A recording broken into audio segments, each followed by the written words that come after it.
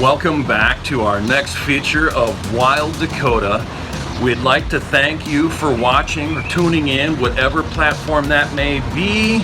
We would greatly appreciate those likes, follows, and subscribes, or any comments that you would like to drop. Please do so. Today we're on the Missouri River. Vern, Doug Van Eye, and myself after eater fish pulling cranks in the shallows. Come along for today's adventure of catch, clean, and cook on today's Wild Dakota.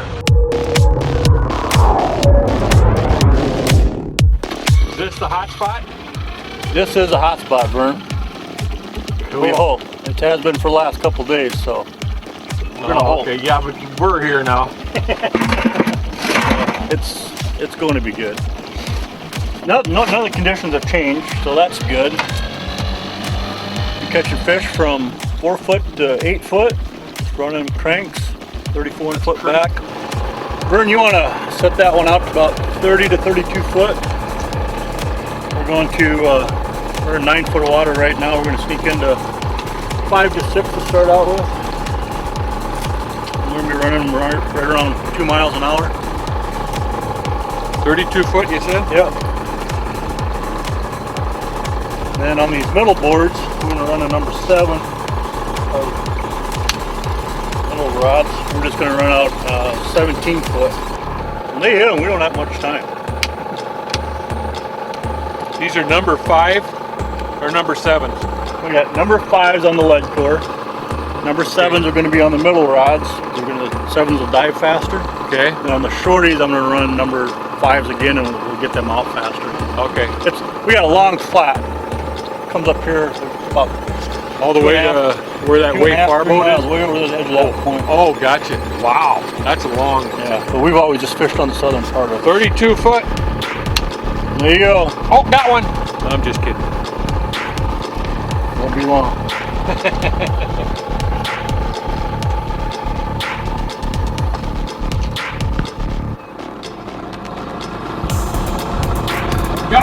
Got one here, Doug. Oh, yeah. That one broke. Yeah, oh, little got guy. a baby. All right. Well, a little short on one end. Yeah, looks like it's a little short on both ends, but.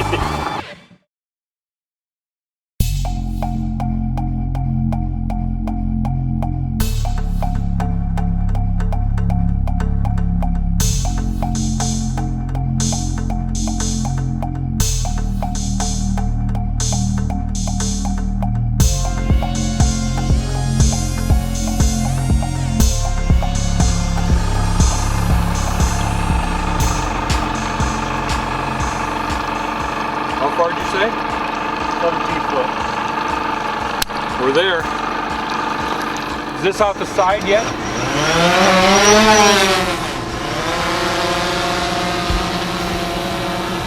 Is this a fish or still a bottom? We are on the Missouri River with team members Doug Van Eye, Vern Boer, and myself after eater walleyes. Today is going to be hot, and a big fat white boy like me does not like the heat, so we're going to try and get after it right away, get our 3-man, and get back in. So we're getting the gear up, out, and all the cameras synced up now. There's a dandy. That's a good one? That's a good one. Right behind you, Vern. Coming to the top. Yeah, he might be all right.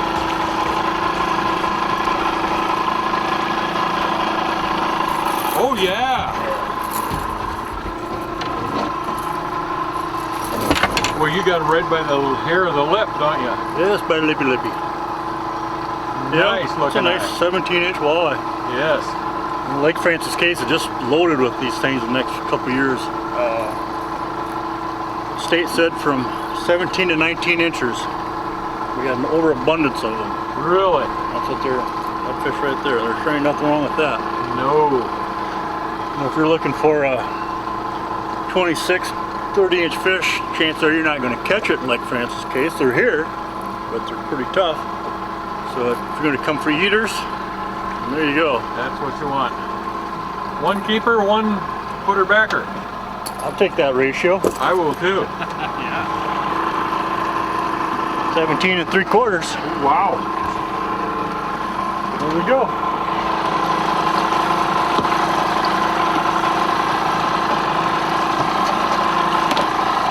Look at my live well. On the board.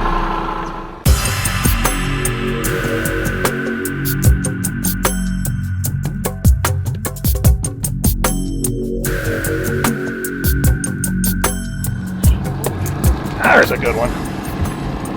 Oh man. Yeah. It's on you. 23. Okay, here we go, Doug. How do you feel? He feels good. Get him a little closer. I'm coming. There's a box fish. Whoa. Yeah, a little attitude. All right, look at that one, would you? Caught a little bit of a mess, but we can deal with that. Nice one. That is dandy.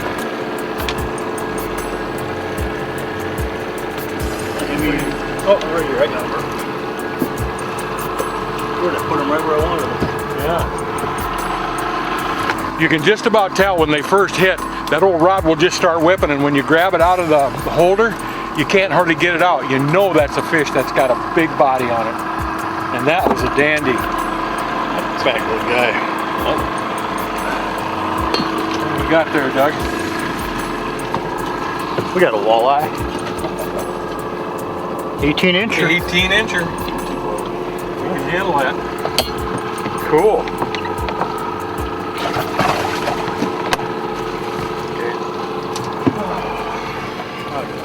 Oh, they're not going quite as hot and heavy as what they had been, but we're just waiting for the group that we're looking for, all the 20s, and then we're just gonna boom, hit them all and be done. And then we'll go back and relax. All on number 7 cranks. Got the right. And this one happens to be what I would call bubblegum. What did you call that one, Doug? Wonder Bread. We'll go with bubblegum. Bubblegum? Clown or whatever, but that's the kind that's the kind of one that I've got in my tackle box that I almost never use. And you pull it out and they're hot.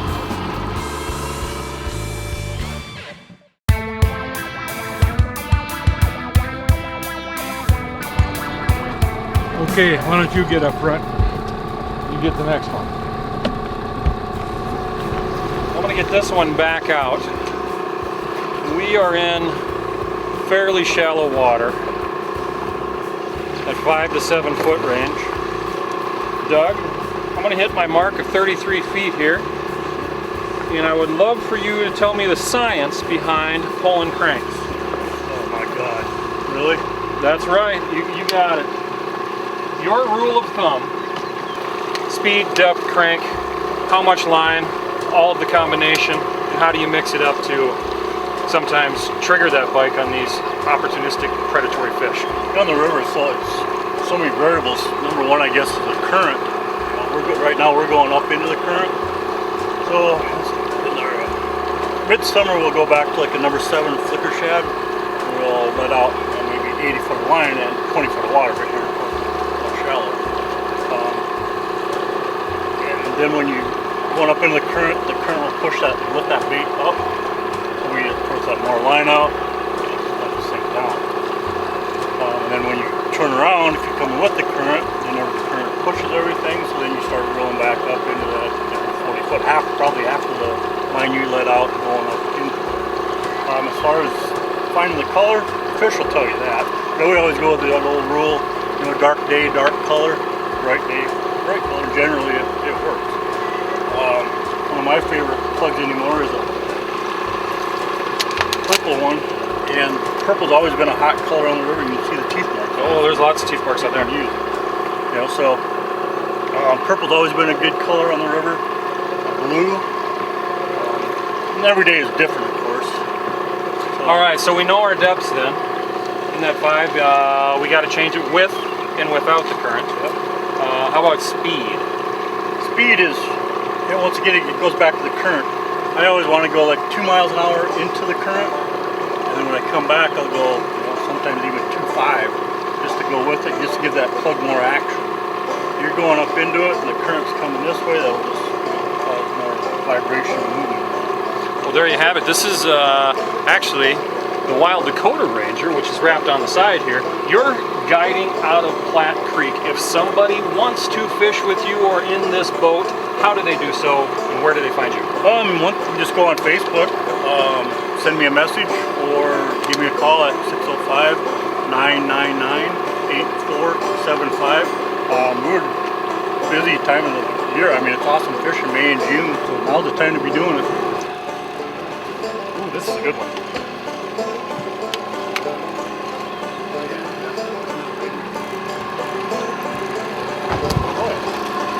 Here, this is what we're looking for. We got to be pushing over 18 on this. You just keep his head going, right, like that, and in. Here we go. That's a good looking fish. Yeah, that's a good looking fish. If we can. Oh, barely. Barely had him by the leg. But when we're talking solid quality fish,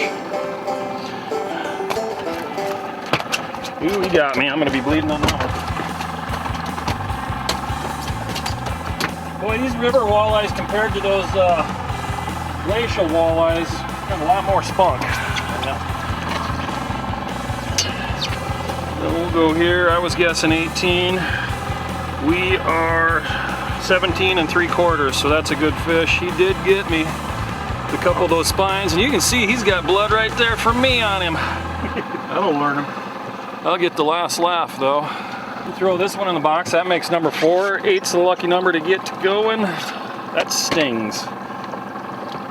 All spines have a little bit of bacteria on them when it comes to fish. Something that I was told, Jeff, hold the fish and then rub that opening on his belly. See if it works. Oh, who told us that? Really? Yep. Yeah. What is that supposed to do? Take the sting out because there's bacteria on the spines. We'll see what happens if that works. If it does, well, I quit bleeding. There you go. I think that was the major deal for it. Huh, I never heard of that before. So today we're out on the Missouri River pulling cranks, and this particular program that we're trying to put together is catch, clean, and cook. So we got some lead core, some braided, pulling cranks in shallow water. And when we're done with this, we're gonna clean them so we can cook them. There we go. Pretty close to a double. Ooh, look at that, right by the lip again. Well, he was just hanging on that plug. Probably might want to fix that hook. Look at that deal. Wow. Pretty close to the same. About as good of eaters as you can get, and I can't hold on to them. Here's one. Another one, another one. Here's a nice one. Eater, fish. Makes a carnivore like this smile. There's one more. There's another hit right here, right here. Stumpy in the back is hitting. They are aggressive. With a capital A. Back down right here. There it is. There we go. Oh! How's he feel, bro? Feels pretty good. I went through a little pod right there. Yeah. Yeah, that was 3 poles back to back. Yeah. Oh yeah. Oh, there we go. That's a foxy. Oh, Jumped right into the net. Look at that fat little guy. Holy smokes. all right. Oh. Let me get him off the hook here.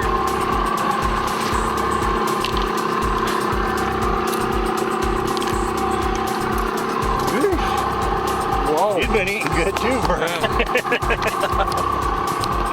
a nice one. Got him? Got him. Looky there, folks.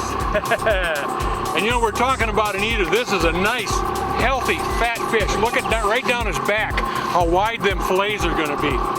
And when they're about that thick, and they're medium, just done right, That's pretty hard to beat, though. I can taste it now. 3.5 and 350. Yeah, perfect. You know, you talk about how to cook them. I've had them deep fat and fried, and I love it that way, but now everybody's trying to eat healthier. Yeah. We cook them on the grill a lot. Yeah, grill I like that in too. tin foil. Yeah. Or yeah, that's what we do too. I haven't met a walleye I haven't liked yet. Me neither. Especially when they're horizontal in the pan. Right.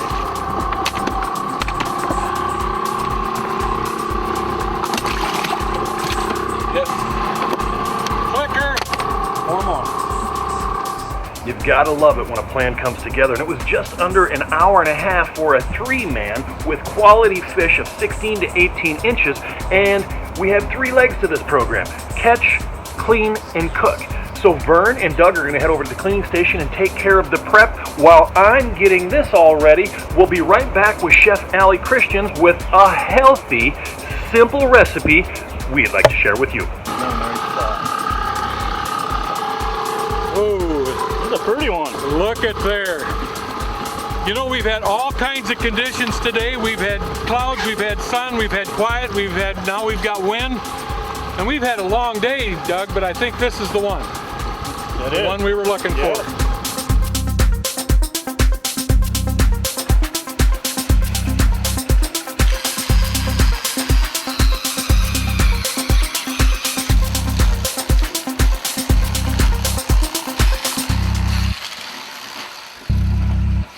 Hi, Ellie. Welcome to Wild Dakota's Catch, Clean, and Cook. I hear you've got something called Walleye Papillote that's fast and delicious. You got that right, Vern, and it's really simple to put together. Walleye, freshly caught, butter, dill sprigs, and make sure that you squeeze your lemons out and you put them right on top of the fish and add a little bit of white wine. And then I'm going to teach you how to make a pouch. So we just want to fold our ends in, and then we bring it up like this, Okay. and we roll it. So this is walleye and papillote. Papillote. Yeah, walleye and a pouch. This is so that it'll cook in its own juices and Cooking steam. its own juices, it is gonna steam. You can do this in aluminum foil, just make sure that you have enough liquid in there. This is gonna be really bright, really tangy, and really healthy. And we actually made enough for the whole crew here. So Vern, dig in and tell me what you think. Just melts in your mouth. If we wanna kick it up a notch, we can add a little bit of sliced green onion for a little acidic feel, tartness of the lemon, and that beautiful sauce. You see that own poaching liquid in there. Walleye Papillote, correct? That's right, walleye in a pouch. Fish hard, fish safe, have a successful season. We'll see you next week right here in Wild Dakota, where we're born free, we live wild, and we are proud to be Americans, eating what we catch.